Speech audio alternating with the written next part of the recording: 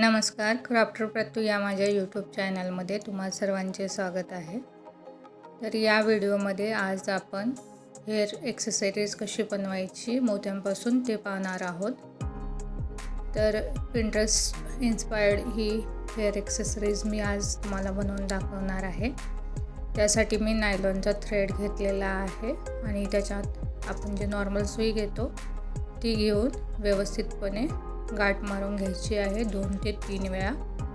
त्याच्यानंतर इथं मी 8 mm चा मोती घेतलेला आहे। तुम्ही 10 mm 12 mm कोणताही मोती घेतला तरी चालतो आणि 2 mm चा गोल्डन बीड घेतलेला आहे।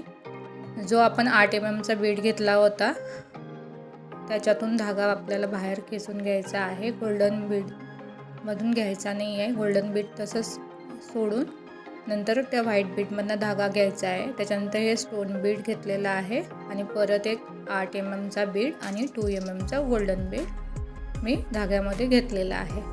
त्याच्यानंतर आपल्याला 2 mm चे व्हाईट बीड्स घ्यायचे आहेत।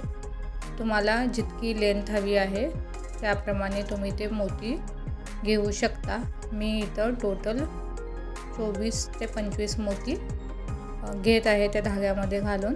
तुम्हाला जितकी लेंथ हवी आहे बनची किंवा तुमच्या केसांप्रमाणे तितकी लांब तुम्ही लाईन घेऊ शकता। मी इथं 25 मोती त्या धाग्यामध्ये ओवून घेतलेला आहेत आणि तिथं एक मी गाठ मारून घेत आहे। त्याच्यानंतर थोडा एक्स्ट्रा धागा सोडायचा आणि तिथून ते धागा कट करून घ्यायचा।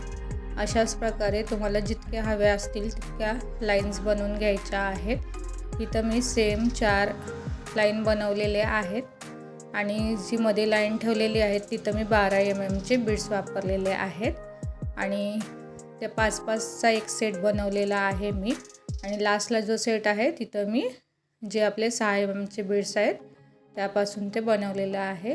तर अशा प्रकारे तुम्ही हेअर बन एक्सेसरीज बनवू शकता।